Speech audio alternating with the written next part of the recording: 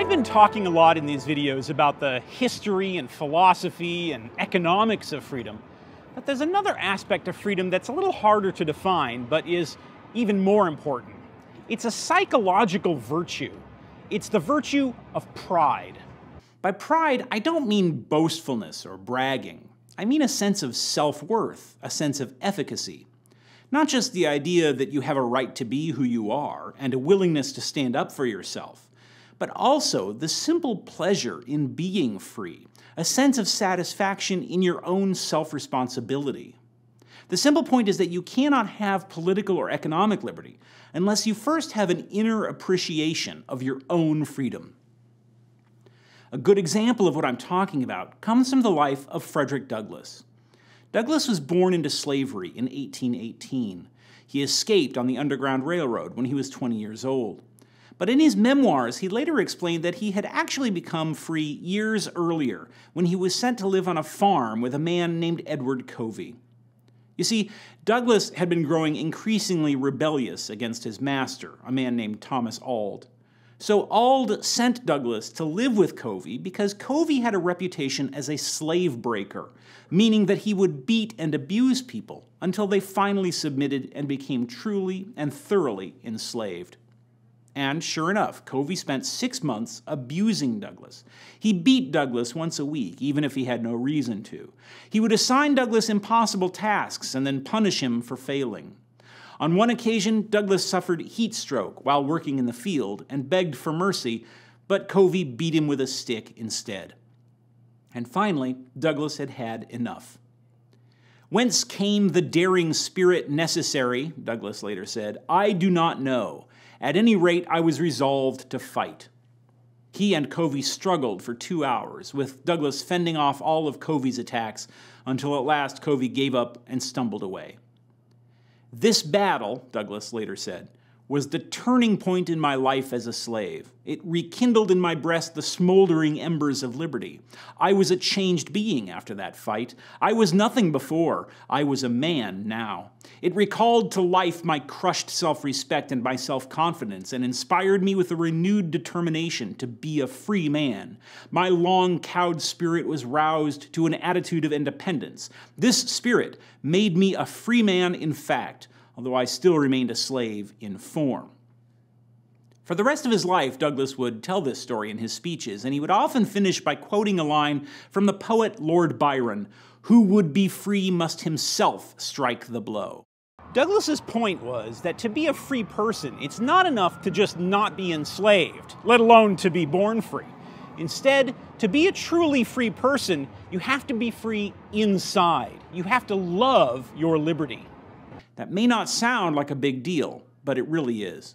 Many people do not love freedom, and historically speaking, the kind of pride I'm talking about has been pretty rare. In fact, it has been, and still is, attacked every day, not just by kings and dictators, but by religious and social forces seeking to destroy freedom. The attitude of independence that Douglass referred to is often condemned as antisocial or greedy or individualistic, with that last word being used as an insult. A large segment of our culture is devoted to attacking the very idea of individualism. Movies, books, television, radio, podcasts all preach that it's immoral to focus on your own dreams or desires or happiness, and that a good person instead seeks to belong, to be part of some kind of group, whether it be your neighborhood or your country or your race or your church or whatever, and to let it give you your identity and sense of purpose. Most of all, we're told a good person sacrifices himself or herself for the interests of others. But that idea, the notion that subordinating yourself to others' needs is the highest moral value, is wrong, and it's fundamentally opposed to the principle of freedom. It undercuts the spiritual and psychological essence of liberty. In the end, it's an attempt to persuade you to surrender your individuality, your selfhood, and in principle, everything that makes life worth living. It's no coincidence that every dictatorship, every tyranny, from the pharaohs of ancient Egypt to the tyrants of China and North Korea today, have based their political doctrines on the idea of self-sacrifice and have preached against pride, individualism, and the spirit of independence. It's because proud people, people who willingly embrace the responsibility of their own living, cannot be made into slaves. From Hitler and Stalin to Kim Jong-un and the Ayatollahs of Iran, those seeking to destroy freedom have always made it their goal to destroy every person's will to live free. And the doctrine of self-sacrifice and self-abasement has always been their most potent weapon. The fight against individualism isn't just a matter of politics. It's true that politics plays an important role here, but it runs deeper than that. The reason why tyranny is bad isn't because it's inefficient or because it stifles entrepreneurship or because it raises the cost of living, although all these things are true.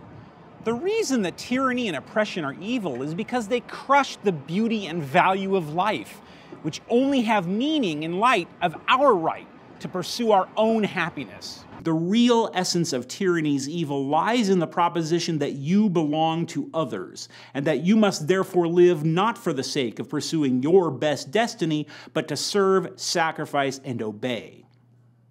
Those teachings are nonsense.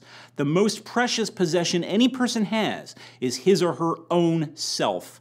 The self is our uniqueness. It's the source of joy, passion, knowledge, and hope. The self is the very source of our humanity.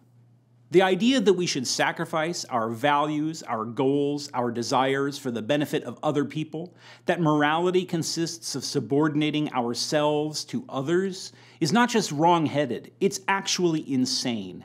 It's basically a theory of self-enslavement. Most of all, the morality of sacrifice is designed to get you to surrender your own thinking, to get you to conform and allow others to tell you how to live. After all, if it's your duty to serve other people, then that begins with giving up your own values, your own beliefs, your own rationality, and learning to accept without question what others tell you to do. As the philosopher Ayn Rand wrote, it is your mind that they want you to surrender, all those who preach the creed of sacrifice. Those who start by saying, it is selfish to pursue your own wishes, you must sacrifice them to the wishes of others, end up by saying, it is selfish to uphold your convictions, you must sacrifice them to the convictions of others. It seems obvious when a communist dictator tells you that you have a duty to obey the state, that he's trying to enslave you.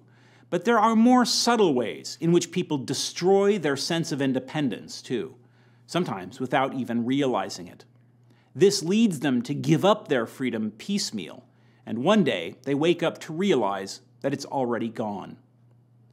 One reason this happens is that our culture pushes the idea of living for others so relentlessly that people grow up just assuming that it's the definition of morality. They're led to believe that you face a choice between being greedy and cruel on one hand or being selfless and compassionate on the other. But that's wrong.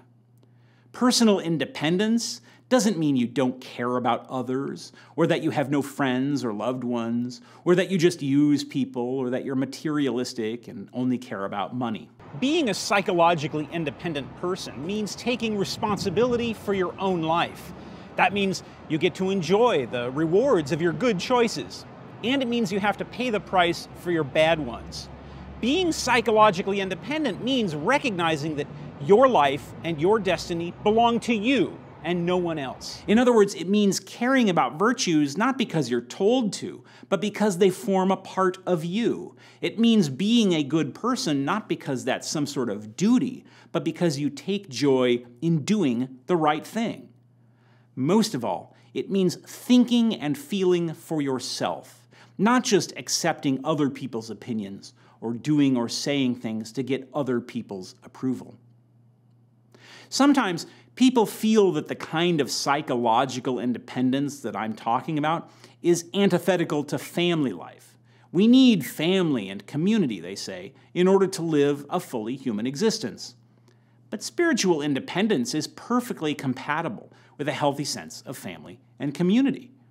In fact, the reason marriage and family are good things is precisely because they bring us joy, and we choose these things to experience that joy. You marry someone who matters to you, and you care for your children because your children are of value to you, not because you're commanded to. Imagine how awful it would be If someone told you, "I want to marry you not because you give me any pleasure," that would be selfish. Instead, "I'll marry you as an act of self-sacrifice. I'll have a family with you as a moral obligation to my community, not because it gives me any greedy pleasure as an individual."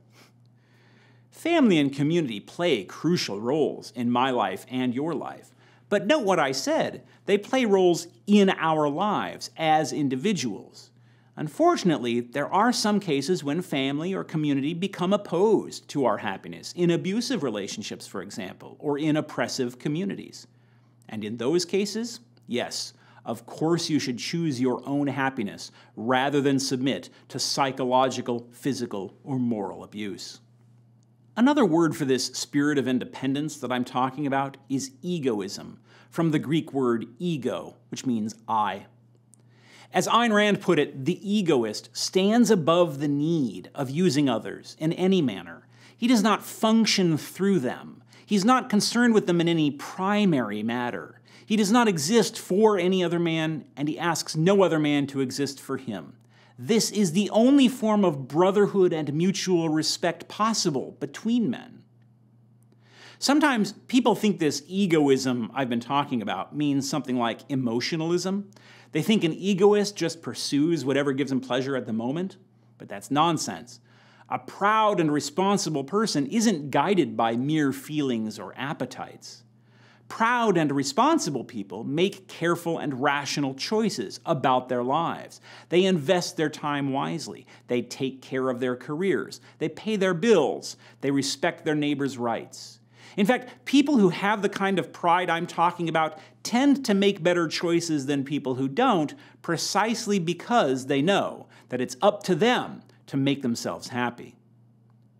2,000 years ago, Aristotle said, "The good person must be a lover of self," because a person who prioritizes himself or herself strives toward what is noble and is always anxious that he himself, above all things, should act justly, temperately, and secure for himself the honorable course.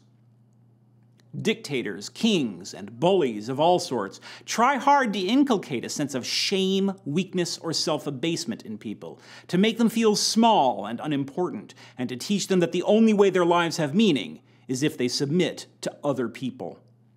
A free society, on the other hand, is made up of proud, independent people who respect each other's liberty and expect them to pursue their own happiness.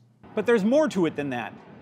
Psychological independence that I'm talking about means taking joy in freedom, to appreciate and relish the opportunity that self-responsibility offers you in your life. A free person is a person who welcomes the challenge and the rewards of self-responsibility, and likes the opportunity, and savors the sense of liberty for its own sake. To be a free person is a rare and precious thing, something many people around the world would willingly die for. If you are free, take a moment every day to appreciate that freedom, and to give thanks for those who gave so much so that we could enjoy it. All of this was what Frederick Douglass had in mind when he said, "Who would be free must himself strike the blow." Nobody can be given freedom. Freedom is earned and preserved only by each individual person in his or her own soul. Freedom cannot long survive among people who cultivate a spirit of subordination and humility, or who are afraid of freedom and beg politicians or priests or cultural influencers to give them security instead. Pride, deserved pride, and a joyful appreciation of opportunity are both the obligation and the reward of liberty.